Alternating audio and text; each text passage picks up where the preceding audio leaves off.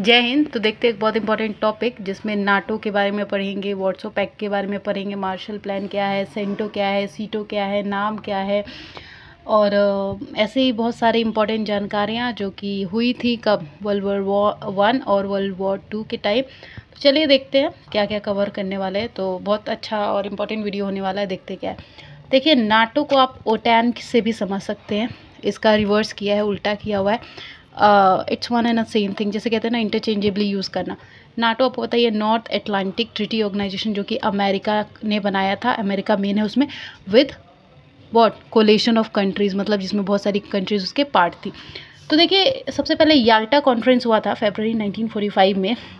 उस टाइम पे इस कॉन्फ्रेंस के थ्रू, अब आपको पता ही है कि जो हेजेमनी, यूएस हेजेमनी थी, वो कब बनी थी, एंड ऑफ बाइपोलैरिटी के बाद।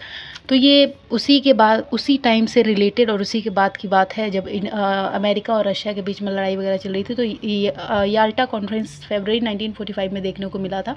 एंड 1904 में जापान ने रशिया को हरा दिया था। तो फिर रशिया के लिए, मतलब इतनी बड़ी कंट्री है रशिया, आप सबको पता है, एक तरीके का बहुत इंसल्ट की बात थी। तो पर हराया था जापान ने, ठीक है। और आपको ये पता है, जो जापान की 2 जगह हिरोशिमा एंड नागासाकी, वहाँ पे यूएसए ने बॉम्ब गिरा दिया था, राइट, अपनी कुछ टर्म्स एंड कंडीशंस को मनवाने के लिए। तो आगे देखते हैं। फरवरी 1948 में यूएसएसआर ने टर्की को हरा दिया था। मतलब कहने का मतलब इन दोनों के बीच में भी झगड़ा हो गया था। तो यूएसएसआर जो है, union Soviet of socialist Republic, इसमें यूक्रेन, रशिया और भी बहुत सारी कंट्रीज़ मिलके यूएसएसआर फॉर्म करती हैं। सोशलिस्ट कंट्री, मतलब जो सोशलिस्ट कम्युनिस्ट आइडियोलॉजी को फॉलो करती हैं, वो सारी कंट्रीज़ यूएसएसआर में आती थी।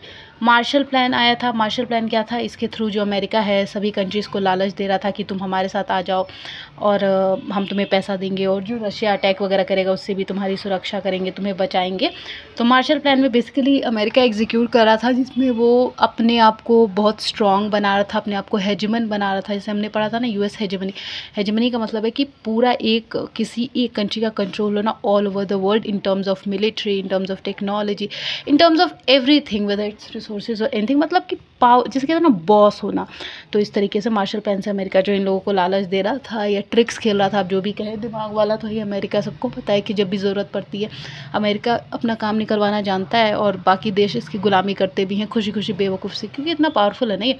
4 अप्रैल 1949 को 12 से 31 कंट्रीज़ इसके अंदर थी।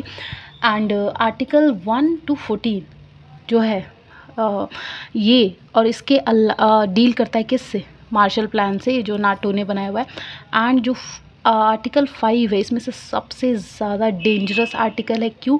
क्योंकि ये आर्टिकल 5 जो है ना, ये बताता है कि ये नाटोज़ की जो भी कंट्रीज़ हैं, पहले तो 12 थी जब स्टार्टिंग में, अब 31 है, कि अगर मान लीजिए इसके किसी भी एक, अगर ये किसी, मान लीजिए इसके किसी 31 कंट्रीज़ में से किसी एक कंट्री का किसी और के साथ लड़ाई होता है, जैसे मान लीजिए अमेरिका है, नाटो का पार्ट है, अमेरिका का अगर रशिया के साथ युद्ध होता है, तो अमेरिका तो रशिया को मारेगा ही, लेकिन वही, मतलब वो लड़ेगा अपना जो भी करना है, और अगर हेल्प चाहिए तो मांगेगा। लेकिन अगर मान लीजिए कि इन 31 कंट्रीज़ में से अगर मान लीजिए कि यही काम अगर रशिया मार दे अमेरिका को, तो फिर अमेरिका तो मारेगा ही, लेकिन उसके साथ साथ बाकी भी इसकी सारी 30 कंट्रीज़ और रशिया के ऊपर अटैक करेंगे। कहने का मतलब ये है कि नाटो की अगर किसी भी कंट्री, ग्रुप ऑफ कंट्री, एक पे भी अगर कोई देश हमला करता है, तो सारी की सारी कंट्रीज़ मारेंगी, 31 के 31, ठीक है। तो ये बहुत आर्टिकल 5 ये इसको राइट देता है अमेरिका को, या आप कह सकते हैं कोऑर्डिनेशन बनाया हुआ है इन लोगों ने अपने आप में कि हम ऐसा ऐसा करेंगे, इसीलिए इसका नाटो का इतना प्रभाव है, इतना इम्पैक्ट है, और बाकी कंट्रीज इससे डरती हैं। बहुत पावरफुल है ना, समझ गए होंगे आप।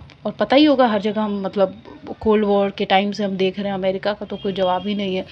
और 1954 में सीटो बनाया, South East Atlantic Treaty Organization. फिर सेंटो बनाया 1955 में, Central East North Treaty Organization. तो ये दोनों ही अमेरिका ने बनाया था। तो इधर साउथ से सीटो काम कर रहा था, सेंटो यहाँ से काम कर रहा था, सेंटर से, सेंट्रल है ना, और नाटो नॉर्थ से अमेरिका का इधर नाटो, सेंट्रल से सेंटो, और यहाँ साउथ से सीटो, मतलब तीनों तरीके से घेर लिया था। और यहाँ पे मान लीजिए आपका रशिया है ना, जैसे मैप होता है, तो यहाँ पे रशिया है, यहाँ पे अमेरिका है, इंडिया, तो तीनों तरफ से घेर लिया था। अब रशिया का तो बुरा हाल है, क्योंकि कहीं से भी करेगा तो अमेरिका तैयारी है, और ऊपर से 31 कंट्रीज़ का ग्रुप है, तो बहुत बुरी तरीके से रशिया को यहाँ पे इन्होंने घेर लिया था। फिर उसके बाद जो इराक, ईरान, पाकिस्तान, ये सारी कंट्रीज सेंटो का पार्ट थी। देखिए ज़रा, अभी अमेरिका ने इराक, ईरान दोनों पे ही कितना भयंकर अटैक किया, और जब जरूरत पड़ी है पाकिस्तान की भी बेइज्जती की है। जब बांग्लादेश के टाइम पे जब बांग्लादेश आज़ादी की डिमांड कर रहा था, तो जो पाकिस्तान के गए थे लीडर अमेरिका से मदद मांगने, तो उन्होंने कैसे मना कर दिया था, क्योंकि गलती तो इन्हीं लोगों की थी ना। तो मतलब अमेरिका हर जगह अपना फ़ायदा देखता है और जहाँ निकलना है वो निकल जाता है, ये नहीं सोचता कि किसको कैसा लगेगा। और आज आप सबको पता है कि ईरान और इराक़ की क्या हाल है और अमेरिका उनके साथ कितना बुरा कर रहा है। तो देखिए क्या ऐसे कंट्रीज़ पर आप भरोसा कर सकते हैं? जो समझदार होगा वो तो नहीं करेगा, लेकिन हाँ हमें डरना पड़ता है। कंट्रीज़ भरोसा नहीं करती पर डर के रहती हैं और रह भी रही हैं। तो एनी हाउ सेंटो में इराक़, ईरान और पाकिस्तान ये तीनों कंट्रीज़ थी। लेकिन अब बात करते हैं कि हमारा इंडिया जो है, हमारा इंडिया वो कहाँ पे था। सबको पता है जब कोल्ड वॉर चल रहा था हमारे इंडिया में, जो हमारे नेहरू जी थे उन्होंने डिसाइड किया कि वो किसी भी बाइपोलर वर्ल्ड में नहीं जाएंगे, ना रशिया के साथ ना ही यूएसए के साथ। भले ही रशिया के साथ हमारे रिलेशन अच्छे हैं, पर उस टाइम पे इंडिया ने डिसाइड किया कि वो अपना इंटरनेशनल लेवल पे अपनी खुद आइडेंटिटी बनाएगा। और किसी भी मतलब क्योंकि उस टाइम पे अगर हम किसी एक पावर सुपर पावर के पास साथ में भी जाते हैं तो फिर दूसरे से हमें बहुत नुकसान होता है। एक अमेरिका को हम झेल नहीं पाते क्योंकि हर चीज़ से हम अमेरिका में पीछे थे उस वक्त, और अभी भी कुछ हद तक बहुत चीज़ें हैं जो अमेरिका में एडवांस लेवल पे हमारे पास कमी है, जैसे टेक्नोलॉजी। और रशिया तो हमारा हमेशा से फ्रेंड रहा है, तो रशिया से हम दुश्मनी मोल नहीं ले सकते क्योंकि रशिया पास है ना इंडिया से। तो बहुत सारे फ़ायदे होते हैं हमें, जैसे वेपन्स, रिसोर्सेज, ये वो। तो दोनों ही कंट्रीज से हम नहीं कर सकते थे क्या गद्दारी या फिर मेल मिलाप, जो भी दोस्ती यारी नहीं कर सकते थे। तो हमने बनाया नाम नॉन अलाइनमेंट मूवमेंट। इसमें 5 कंट्रीज थी, आपको पता ही है, इंडोनेशिया, यूगोस्लाविया, इंडिया और भी 2 कंट्रीज़ थी। 1961 में बना था ये। एंड इंडिया जाहिर सी बात है कि हमारे यहाँ से इंडिया से अपने पंडित जवाहरलाल नेहरू जी थे और सुकरानो भी दूसरी कंट्री से जो भी थे, तो 5 कंट्रीज़ का मिल के मिक्सचर बनाया गया था। एंड इसके अलावा फिर अब अमेरिका ने देखिए नाटो, नॉर्थ से सेंटो, सेंटर से साइड से इधर साउथ से सीटो बना दिया। रशिया घिर गया, तो रशिया शांत थोड़ी बैठेगा। अब आपको मान लीजिए कि कोई मारने आया तो आप शांत थोड़ी बैठेंगे, आप भी तो अपना जलवा दिखाएंगे ना। फिर अब आता है यहाँ पे रशिया अपने जलवे के साथ वार्सो पैक्ट लेके आता है। वार्सो पैक्ट 1955 में सेंटो इसने बनाया अमेरिका ने, तो यहाँ पे इसने भी बोला कि ठीक है रुको बताता हूँ। 1955 बना दिया, 1955 में वार्सो पैक्ट बनाया रशिया ने, याद रखिएगा वार्सो पैक्ट रशिया का। इसमें पोलैंड, हंगरी, रोमानिया जैसी कंट्रीज़ थी। एंड 1989 में वार्सो पैक्ट ख़त्म भी हो गया। मतलब इतना शक्तिशाली था नहीं, कम्युनिस्ट आइडियोलॉजी थी, डेमोक्रेटिक नहीं थी। मतलब लोग सपोर्ट नहीं कर रहे थे, लोग डिमांड कर रहे थे कि भाई रशिया को तो हटाओ, ख़त्म करो, अपना ही मतलब एक डिक्टेटरशिप टाइप की चल रहा था वहाँ पे। लोगों का कोई लेना देना नहीं था। गवर्नमेंट जो गोरबाचेव की गवर्नमेंट भी आई थी उसके रिफॉर्म्स आपको पता ही है, जब हमने बाइपोलैरिटी वगैरह पढ़ा था तो कितने बेकार थे। वो गवर्नमेंट चला नहीं पाए रशिया को, तो लोग खुश भी नहीं थे, हटाना ही चाहते थे। तो 1955 में बना वार्सो पैक्ट जो कि रशिया ने बनाया था, फिर 1989 में ख़त्म भी हो गया, ठीक है। फिर बर्लिन 1989 में बर्लिन जो थी रशिया का पार्ट था वो भी ख़त्म हो गया, मतलब रशिया से अलग हो गया। डेमोक्रेसी की डिमांड की गई, फिर रशिया में डेमोक्रेसी आया, बहुत सारे चेंजेस देखने को मिले। तो फिर डेमोक्रेसी आया तो बहुत सारी कंट्रीज़ जो हैं अपना इधर जुड़े थे, जैसे फिनलैंड था। फिनलैंड पहले अमेरिका के साथ नहीं था, लेकिन फिर उसने डिसाइड किया कि अगर रशिया मेरे ऊपर अटैक कर देगा तो फिर क्या होगा, फिर प्रॉब्लम होगी। तो फिर अब ये तो चाहता ही था कि और स्ट्रॉन्ग बनाए, तो फिर इसने कहा ठीक है आओ आओ आओ हम तुम्हारी मदद करते हैं। तो फिर ये फिनलैंड जो है नाटो के साथ चला गया, और इस बात का रशिया को डर था, लेकिन वही हुआ at the end of the day. Ukraine जो है EU का पहले पार्ट हुआ करता था, फिर नाटो से जुड़ गया, क्योंकि सबको ही पता है यूक्रेन वॉर कितना भयंकर चला और पूरे वर्ल्ड में तबाही तो मचाई थी। सबने ही सुना था, शायद ही कोई होगा जो नहीं सुन रहा होगा। तो यूक्रेन के साथ कितना बुरा हुआ था, कितना बुरा रशिया ने किया। मतलब उसको डर था कि नाटो से ना जुड़ जाए, और आखिरी में जुड़ा भी, क्योंकि यूक्रेन अपना इंडिपेंडेंट रहना चाहता था और रशिया उसके ऊपर अपना कंट्रोल बना के रहना चाहते हैं। जैसे पहले USSR थे ना, ये सब यूक्रेन रशिया सारी एक कंट्री थी, लेकिन फिर इसने डिसाइड किया कि नहीं हम अपना इंडिपेंडेंट रहेंगे, तो नाटो ने इसको सपोर्ट भी किया। पर नाटो जैसे अमेरिका है भाई, वो तो खुलेआम कभी करेगा ही नहीं, वो अपना हर जगह फ़ायदा देखता है। तो यहाँ पे ये सिर्फ लड़ने के लिए वेपन्स दे रहा था, इसके अलावा और कोई मदद कर नहीं रहा था। ये सारा कुछ अपने आप ही यूक्रेन वाले कर रहे थे, पर मतलब नाटो नाम के लिए यूक्रेन का साथ था, उसी का फ़ायदा हो रहा था, और वो कुछ खास हेल्प कर भी नहीं रहा था। क्रीमिया आप सबको पता है, कोल्ड वॉर अगर आपने पढ़ा होगा तो क्रीमिया एक छोटा सा पार्ट है जो कि रशिया ने कब्ज़ा कर लिया था वहाँ से नज़र रखने के लिए 2014 में। तो फिर इंग्लैंड, फिनलैंड, यहाँ पे भी डर था रशिया को कि कहीं नाटो इस पर कंट्रोल ना कर ले, पर हुआ यही, क्योंकि रशिया ने इस पर दबाव बनाने की कोशिश की। इन्होंने कहा नहीं नहीं नहीं हम तुम्हारे अंदर नहीं आएंगे, तो फिर ये नाटो का पार्ट बन गया। टर्की भी एक इंडिपेंडेंट हो गया, मतलब रशिया से इसके रिलेशन वगैरह ख़त्म हो गए। काटसा बनाया गया, $1.4 बिलियन। फिनलैंड और नाटो अब यहाँ पे मिक्स हो गए हैं, ठीक है।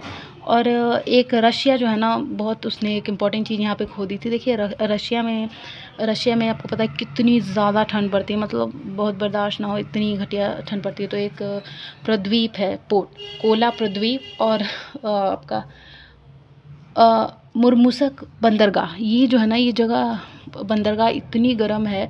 मुर्मुसक बंदरगाह मतलब पूरे रशिया में सिर्फ यही जगह है जहाँ पे गर्माहट मिल सकती है, जहाँ पे लोग जाके थोड़ा चैन पा सकते हैं ठंड से। तो ये भी, इस पे भी नाटो ने अपना कंट्रोल, अमेरिका ने अपना कंट्रोल कर लिया।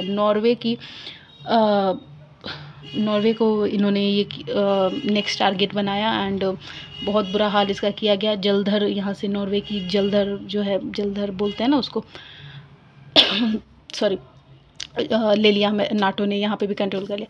अब यहाँ पे नाटो प्लस बनाने का इन्होंने सोचा, तो फिर इज़राइल, ठीक है, जापान, साउथ कोरिया, इन कंट्रीज़ ने मिलकर नाटो प्लस बनाया। अब इंडिया ने अपना डिसाइड किया कि नहीं, हम तो नाम वाले हैं ना, नॉन अलाइनमेंट मूवमेंट, किसी के साथ नहीं गए, नाटो के साथ ना वार्सो पैक्ट के साथ। तो आर्टिकल 5 के तहत, नहीं तो क्या आपको पता ही है क्या था कि अगर नाटो की किसी भी कंट्री पे कोई एक देश हमला करता है, जैसे मान लीजिए अगर हमारा इंडिया ही हमला करता है इन पे, तो फिर क्या होता, सारे देश मिलकर हमारे इंडिया को मारते, तो क्या होता आप सोच सकते हैं। अगर एक इंसान हो, कोई पतला दुबला क्या, मान लीजिए कोई एक इंसान है, अगर वो मारता है किसी ग्रुप को, तो वो पूरा ग्रुप मारेगा, तो फिर क्या हाल होगा इस इंसान का। तो वही यहाँ पे आप समझ सकते हैं। तो इंडिया ने डिसाइड किया, नहीं भाई, तुम्हें जितना लड़ना लड़ो, क्योंकि अमेरिका की खासियत हम सबको पता ही है कि वो बिना लड़े मारेगा नहीं, और हमेशा युद्ध में रहता ही है। पहले ईरान और इराक को अपना दोस्त कहता था, उनसे दुश्मनी कर रहा है, उनको लड़वा रहा है ये वो। तो इंडिया ने अपना दिमाग लगाया, नाम को चुना, नॉन अलाइनमेंट मूवमेंट को, इन सब झंझट से हटा और अकेले रहा। और आर्टिकल 5 जो कि इतना रिजिड है, इतना ख़तरनाक है हमारे नाटो का जो प्रिंसिपल है, उससे भी बच गया। वो क्या कहता है आर्टिकल 5 की, वही सारे स्टेट मारेंगे। तो हमारे इंडिया ने नो डाउट हमेशा ही दिमाग लगाया है, बांग्लादेश को इंडिपेंडेंट नेशन बनाना, पाकिस्तान की इतनी बड़ी आर्मी भी हमने सरेंडर करवाई थी। तो इंडिया ने हमेशा ही अपना जलवा दिखाया, और यहाँ पे भी दिमाग लगा के दिखाई दिया इन लोगों को। तो अमेरिका कुछ कर भी नहीं पाया, और हम बच भी गए, और अपना इंटरनेशनल लेवल पे हम अपना जलवा भी दिखा रहे थे। So this was all about NATO, Warsaw Pact, Marshall Plan. I hope it's clear. तब तक के लिए जय हिंद, सब्सक्राइब।